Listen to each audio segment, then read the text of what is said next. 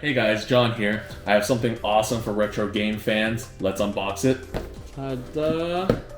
Alright, so here is the ModRetro Chromatic and its box. It's an awesome, colorful box, and you can kind of see a little hint of the blue wave color that we picked.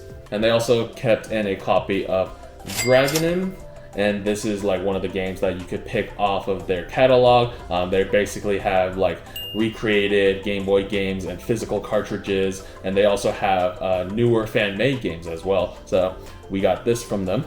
And I just want to say, we are not sponsored by them. We did create a short for them that you could probably check out on our channel, but this is going to be our unsponsored, unbiased review. As someone who's owned a good amount of Game Boy, retro gaming, handheld consoles, I'm really excited to see how this stacks up to the competition. So yeah, let's get into it. Wow, here it is. Wow, look at this blue color. And then in the box, there's also some batteries. It does take your standard AA batteries, 3 of them, just like the original Game Boy did, and then a copy of Tetris that is the ModRetro release in the box.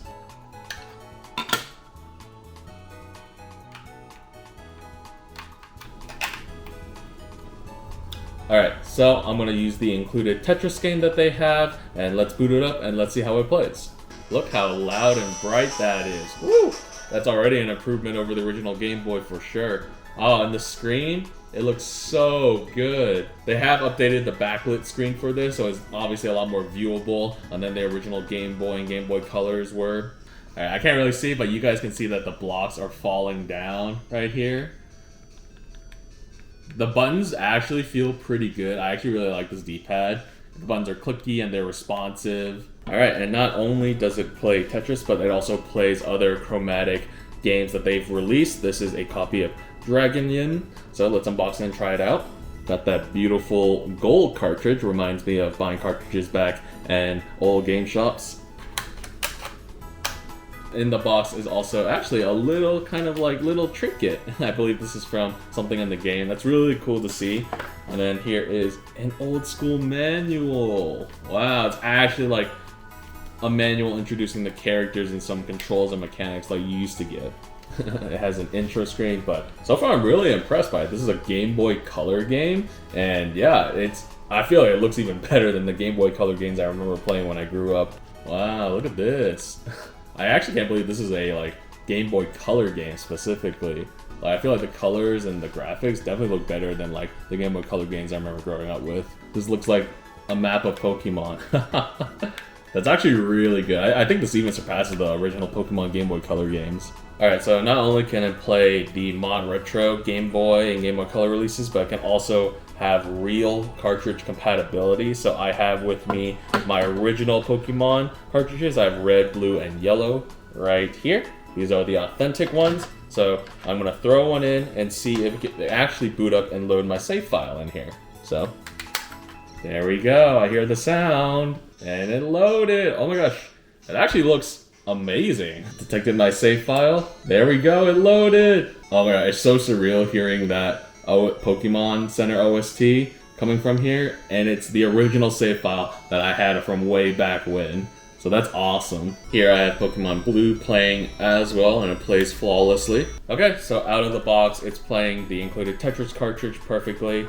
It played a release of Dragonyhm perfectly, and it also perfectly played all of our Pokemon games as well. That's really awesome to see out of the box. It really is plug and play. I mean, like, you didn't need to update this. You didn't need to like mess with settings or whatever. You just kind of plug in the cartridge and you can go ahead and play.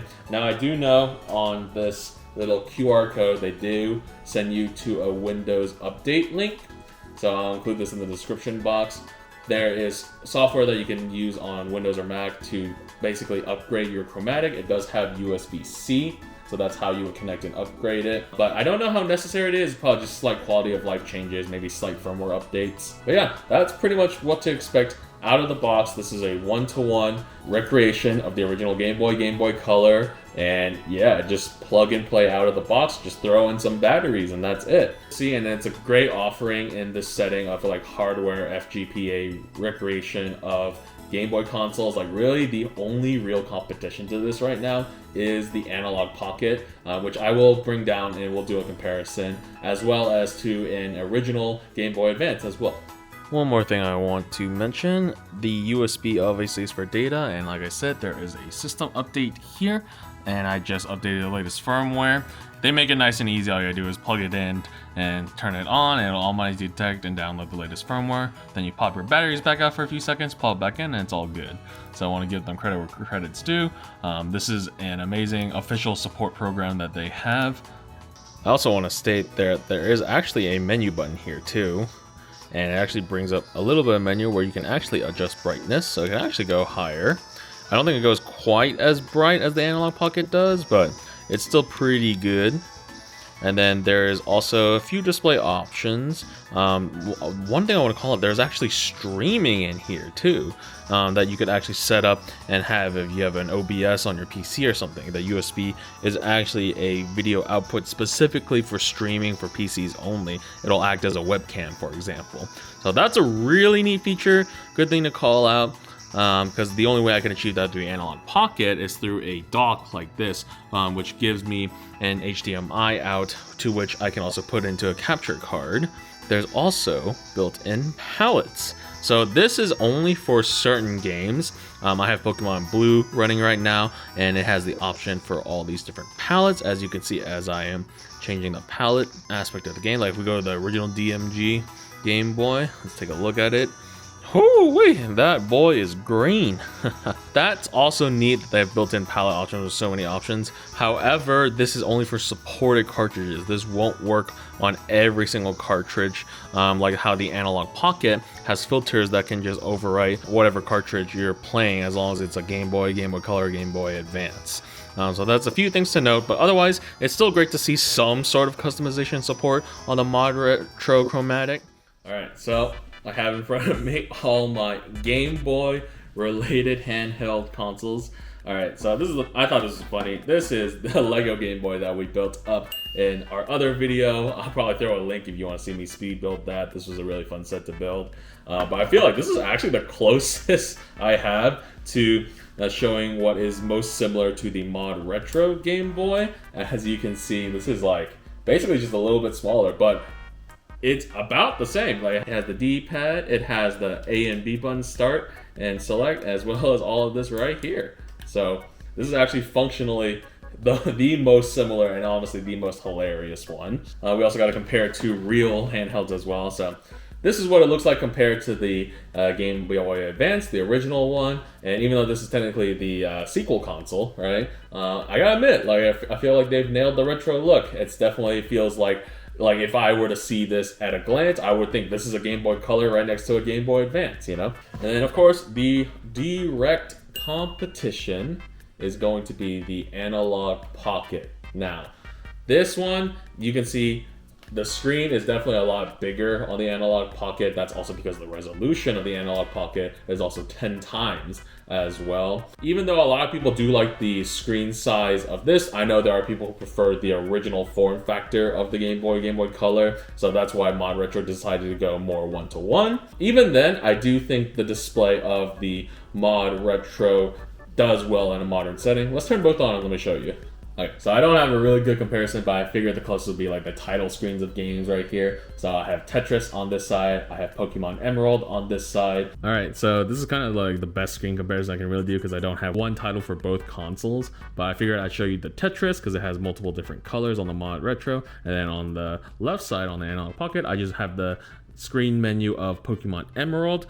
And as you can see, right, like I feel like the brightness levels are obviously like leagues above the original Game Boy Color, and Game Boy Advance, but you can actually adjust the brightness way better on the Analogue Pocket. And then you can also apply different filters, right? So it has the original GBA LCD, the GBA SP101, and then this is the Analogue Pocket, which is really crisp, right? Like this is probably like the best way to play your original cartridges in my opinion. And while the ModRetro Chromatic does a good job, I do think that you're more limited in like your options. All right, next I want to try is actually showing you Tetris. So I'm going to take the ModRetro cartridge and I'm going to see if it works on the Analogue Pocket. So, oh, it booted up. Okay, so maybe this is the better comparison. I actually took the ModRetro Tetris cartridge and now I'm on the Analogue Pocket. And as you can see, it looks really crisp and bright on here. I wonder if the filters work. The filters do work. The original GBC LCD, the Plus. So right off the bat, I think this is much crisper. And let's play around to start. Oh yeah. This looks better than the chromatic display for sure. You can tell that not only do you have more screen, but you have way more space to work with in terms of like pixel density and like it just looks better. Right. And for reference, this is the ModRetro Chromatic. As you can see, much smaller screen. It's the 1-to-1 Faithful Recreation. Immediately out of the bat, you can tell that it is using some internal filter right here, whereas you didn't need to have a filter on the Analogue Pocket. But some people like having the filter just for the retro vibes. But yeah, out of the bat, I do think the colors look a lot more washed on the ModRetro, even though it still is pretty good and pretty nostalgic. Like, you could tell the colors are definitely not as bright as the Analogue Pocket, and the resolution is definitely a lot lower. But I would still say out of the box, our ModRetro Chromatic is definitely still very impressive. Okay, so in summary, like, which one would I pick and what do I recommend more? So it's very interesting. It's a very exciting time to have competing products in similar-ish spaces. But ultimately, if you're looking for the best device that is hardware recreation of the Game Boy, and not only Game Boy Color, but also Game Boy Advance, right? The Analogue Pocket hard wins in that category. The ModRetro Chromatic can only play original Game Boy and Game Boy Color, as well as any of their ModRetro releases. But keep in mind, those, as we've shown, can also work on the Analogue Pocket as well. So feature-wise, this definitely has way more. On top of just having the open FPGA library access, right? Like you could have a micro SD card on the side, and you could load cores and potentially play other consoles and retro games and like fan-made games as well. Obviously, like there's a lot more features that this has. It has like save states, it has tools to tinker with, it has the filters, right? Like you are getting the Analogue Pocket because you are a retro game enthusiast who also has a collection of old cartridge games as well in a complete package. Now the Analogue Pocket is more expensive. This comes in at about $250 for the current black and white models that are probably still in stock on their website, but who knows how long they're going to still continue selling this for. They might move on to the next console and stop stock of that. I mean, like Analogue's known to not really tell their consumers when they're going to really release a product or how long it's going to be in stock for, but at the moment this is still in stock and you can still buy it. Now for the ModRetro Chromatic, this is, I would say, a way more approachable device for the non-tinkerers out there. This version comes in at about $200 with the included Tetris game, so it is a bit cheaper, right? But you're also paying for a slightly different experience, right? This is more of a one-to-one recreation of the Game Boy Color you knew, and there's no fancy features here, right? Like outside of USB-C for data connection and stuff, it still uses batteries, which that might be a pro or a con to some people. You can only play Game Boy and Game Boy Color games, right? So for those people who are wanting something for GBA, I'm sorry, this device is not it. It doesn't play that, but hopefully they can make like a GBA console in the future as well.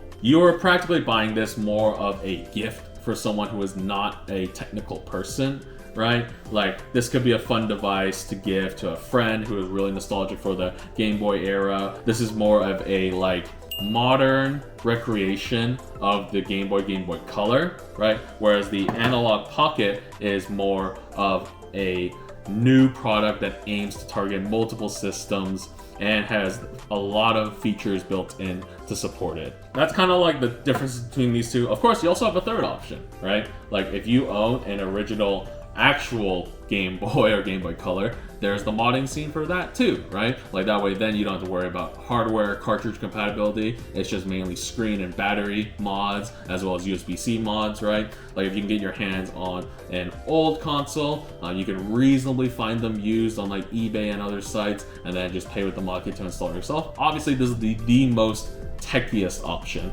I would say, right? Like this is for the extreme tinkerers who like to do that type of stuff and maybe like kind of give their old Game Boy a new sense of life. And I think those kits also range somewhere between like 100 to 200 as well. I still think my go-to device is the Analogue Pocket. I still don't think there is competition that outclasses it, even to this day, right? This device is more than 3 years old now, and this is probably the closest competition it has to Game Boy and Game Boy Color, just not Game Boy Advance yet.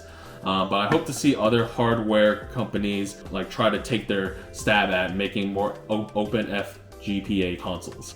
And finally, I do want to address the kind of like the elephant in the room. This company was in the news about a year ago because this is owned by Palmer Luckey, which some people might like or hate him, right? He was the previous founder of Oculus, and he made a military company that also is a branch of what the ModRetro Chromatic is based out of, right? So whether or not, you know, you have your ethics saying to support or not support a defense company, I'm here to really just give a review on the device itself, right? Again, this is not sponsored. The short was sponsored, this video is not sponsored. So I just wanted to give my honest opinions and thoughts about this device because I know this has been popping more up in the retro scene lately. So yeah, that's been kind of my quick review on the ModRetro Chromatic. All right, so I hope you guys found that helpful. That was an unboxing, setup, and comparison of the ModRetro Chromatic to my Analogue Pocket. If you guys like to see more retro content like this, please subscribe. We're trying to get this channel over 1,000 subscribers. And yeah, please like, comment, please continue following us for our retro gaming updates as well as other videos on this channel as well. So yeah, until then, see you guys later.